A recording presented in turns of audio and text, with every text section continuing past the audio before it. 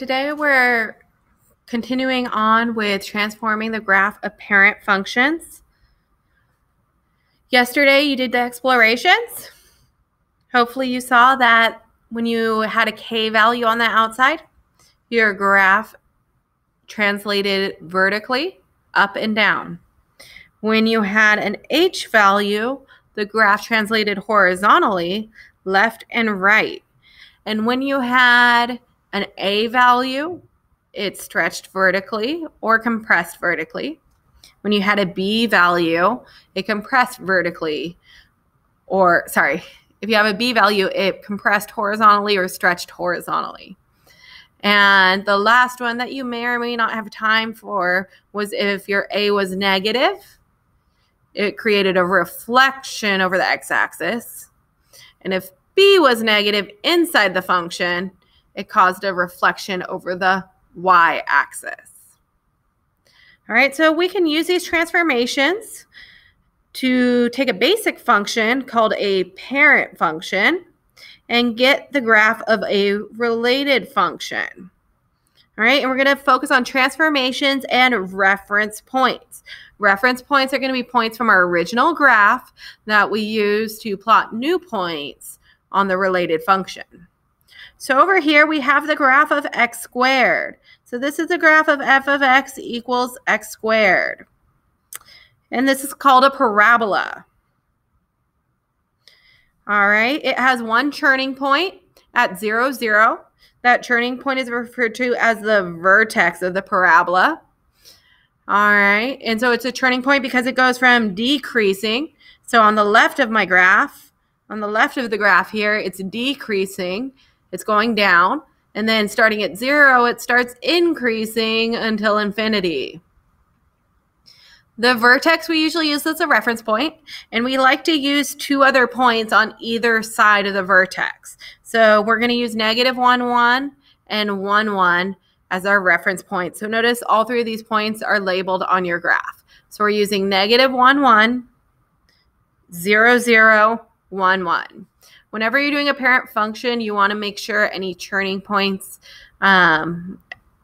extreme changes in the graph are used as part of your reference. All right.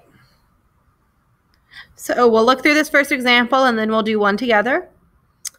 And so g of x is negative 3, x minus 2 minus 4.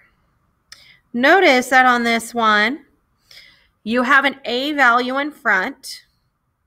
So this a value is negative 3. When it's in front like that, notice it's outside the function. It's outside f of x. If it's outside, it's going to affect my outputs. Outputs are my vertical values. All right. Then I have inside the function, I have an h of 2.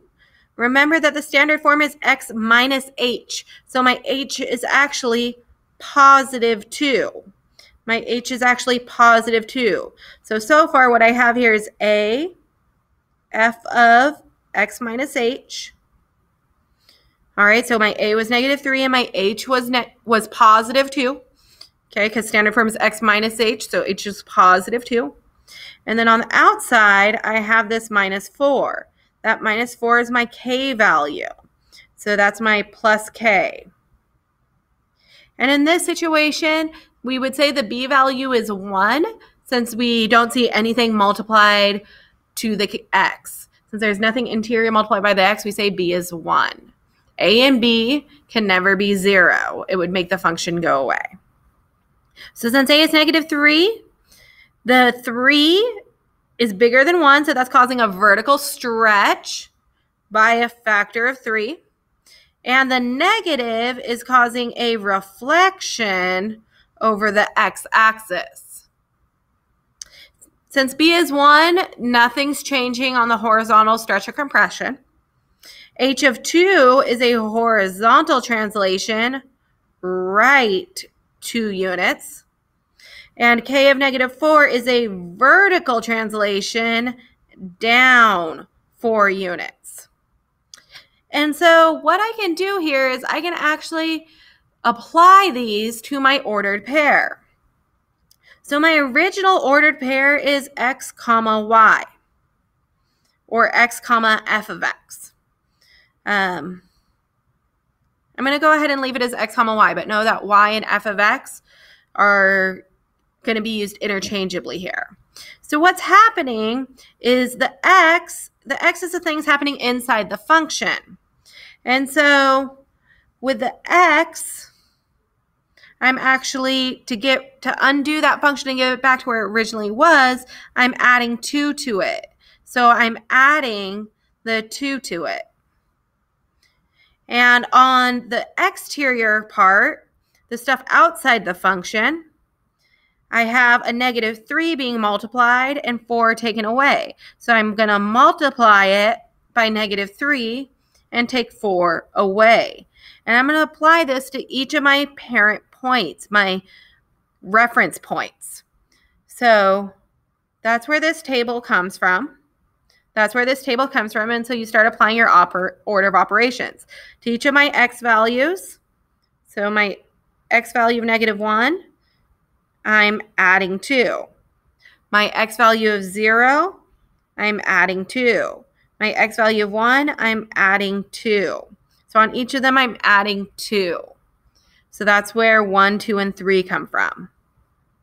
On the y value, I have to do order of operations. So I'm going to multiply first. I'm going to multiply by that negative 3 first, and then I'll go back and take away 4. And that's where they get negative 7, negative 4, and negative 7. And so if you look at the picture below, they've plotted these new points for you, and that creates our transformed graph. So this graph has been moved right 2, down 4, reflected, and stretched. So it applies a lot of transformations at one time. And we will be doing a lot of practice with transformations all year. Every time we learn a function, we will apply transformations to it. So before I go and start working out our table on this one, what I'm going to do is help us talk about what our rule is for these ordered pairs. So in general, my xy becomes, well, the two things that are affecting my inputs when you did your exploration yesterday, the two things that affected my input was the b value and my h value. So when you identify your b value, you're going to multiply it times your input. And when you identify your h value, you'll add it to your input. Now remember, your b and h value look opposite what you see inside the function because it's what undoes these values. Okay, what would undo these values to get it back to x inside the function? The values outside f of x, outside the parentheses of f of x, those affect my output. So they're affecting my y values. So you always multiply by the y value. You multiply y by the a value, and you always add on that k. Your a and k are going to be very straightforward. What you see is what they are. So on this equation here, I have g of x equals the function of an input 1/2 quantity x plus 5. And all of that is plus 2. So notice there's nothing in front of my function. There's nothing in front of the function here. So if I don't see a value of a, I assume that value is 1. Okay, so because 1 times anything is still itself. A is not 0. If a was 0, it would make the function go away. So when you don't see a value for a, it's 1. So there's no vertical stretch or compression happening here. All right. Then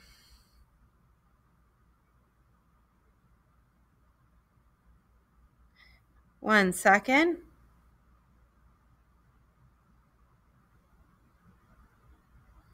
My writing went away. Okay, there it is. All right. Then the next thing I'm going to do is identify my b value. So my b when you did the exploration yesterday, it talked about how the b value is actually what's in the denominator here. So our structure is 1 over b. Our general form for these quadratics, or for any function, is a f of 1 over b, quantity x minus h, all plus k. So in this case, I have 1/2. So 1/2 is 1 over b. Since 1/2 is that 1 over b, b is 2. So what this means, since b is 2, since b is bigger than 1, it's being stretched by a factor of 2. Since it's positive, there's no reflection happening. My h value, remember standard form would be x minus h, would be x minus h. So how would I get a positive 5 here?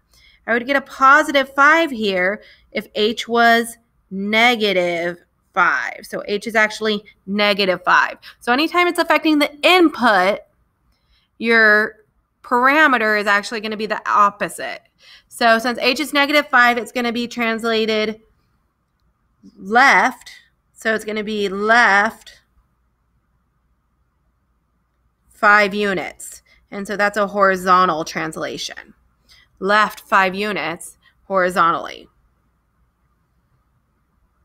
All right, and then on the outside over here, on my outside I have this plus 2.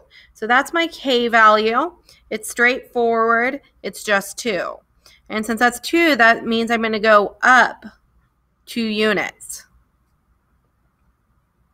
So now I'm going to write a new rule based upon these values. And this rule over here of bx plus h, ay plus k. So I replace my b value with 2. So that's where we're getting 2x. And I replace the h with negative 5. So that's where this 2x minus 5 down here is coming from. That's where 2x minus 5 is coming from. On my y value, I have to multiply y by 1. So it's still y. And then I add on the k. So that's my ay plus k. Right here, we're doing ay plus k. And so now we plug in our parent points. Notice my parent points are the same. As long as we're talking about quadratic, you use the same 3 parent points to make our u. So I substitute in. And so I'm substituting in the matching x value.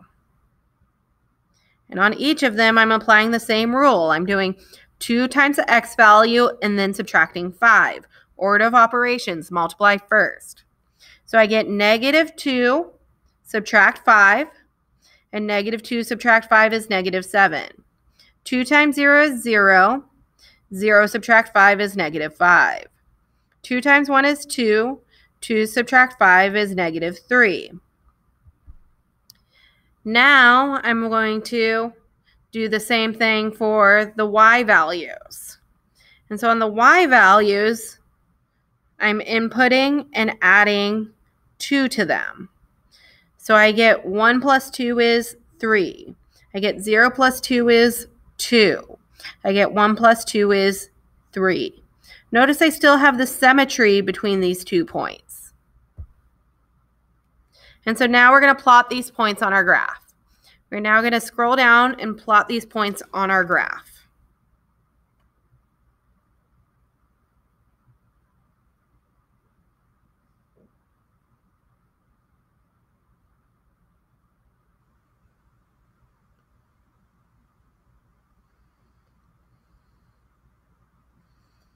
All right.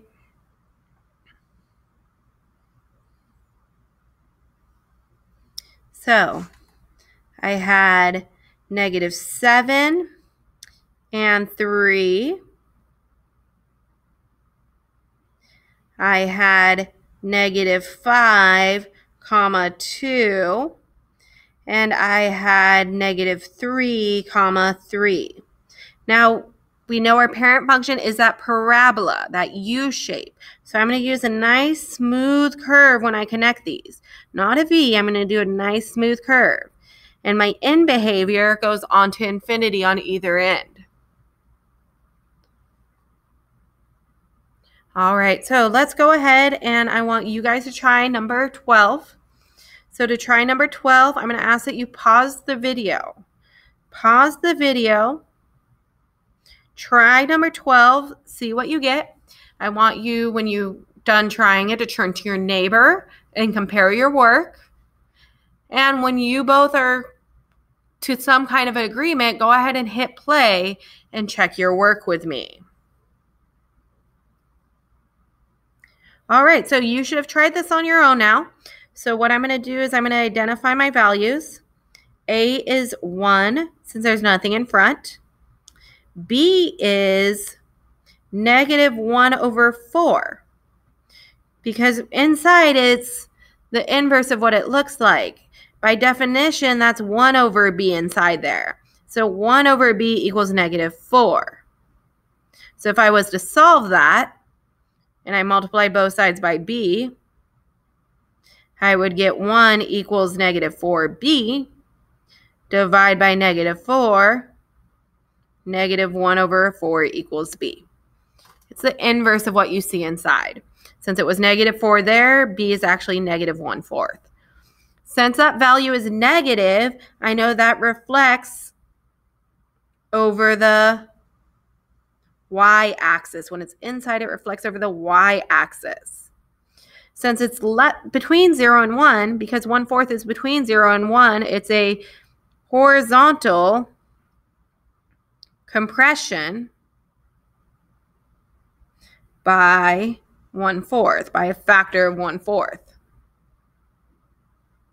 My h value, since I have minus 3 in there, I know h is positive 3, since it's x minus h. So that means I go right 3. Specifically, it's a horizontal translation, right 3. And then my k value is what's outside the function. It's affecting my outputs, so it'll affect my vertical amounts. So that means I will go up 1. And so now I'm going to take my 3 ordered pairs. So I have negative 1, comma 1. I have 0, 0. And I have 1, 1. And I'm going to make a new rule using A, B, H, and K. So my new rule will be that A times X, so 1 times X, plus H, so X plus 3, and B times, pause, I said that wrong. Let me write it at the top while we're still learning. BX plus H, AY plus K, because A and K are both outside the function, so they're affecting my outputs. B and H are inside my function, affecting my inputs. So let me correct my rule, and I hope you understand it's okay to make mistakes. I get negative 1/4 X plus 3, and then I get AY, so Y plus 1. And I'm going to apply these rules to my ordered pairs over here. So I'm going to get negative 1/4 quantity plus 3, comma, quantity plus 1. And I'm applying the same rule to every ordered pair. It's the same rule to each of them.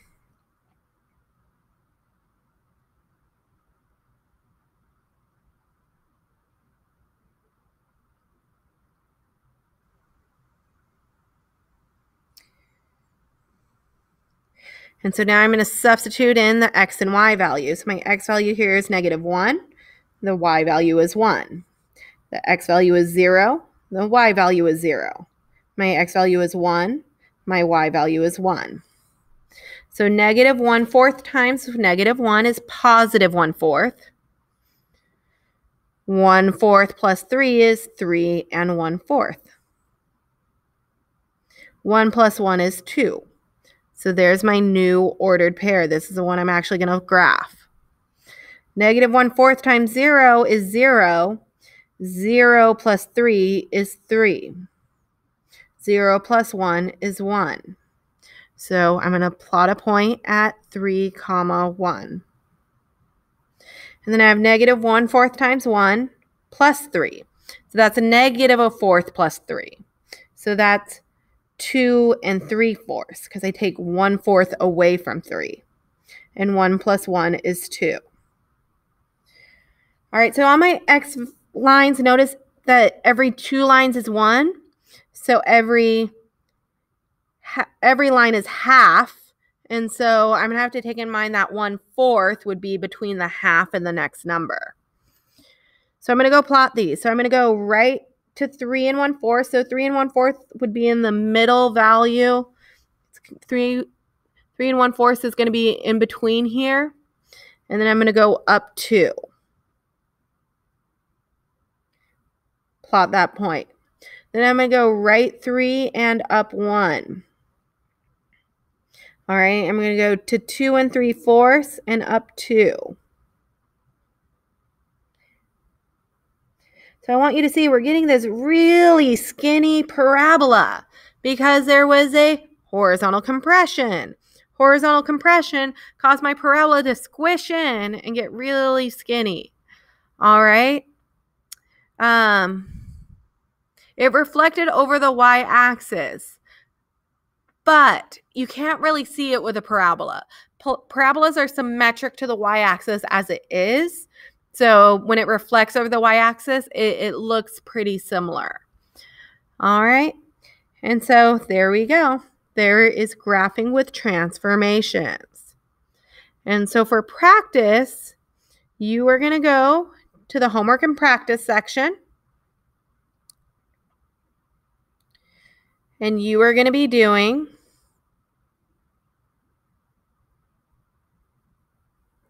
numbers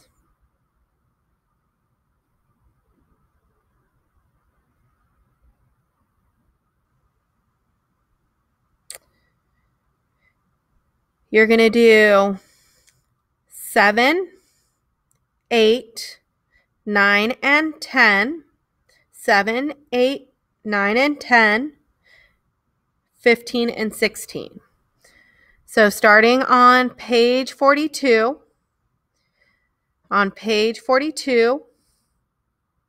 you're doing 7 through 10,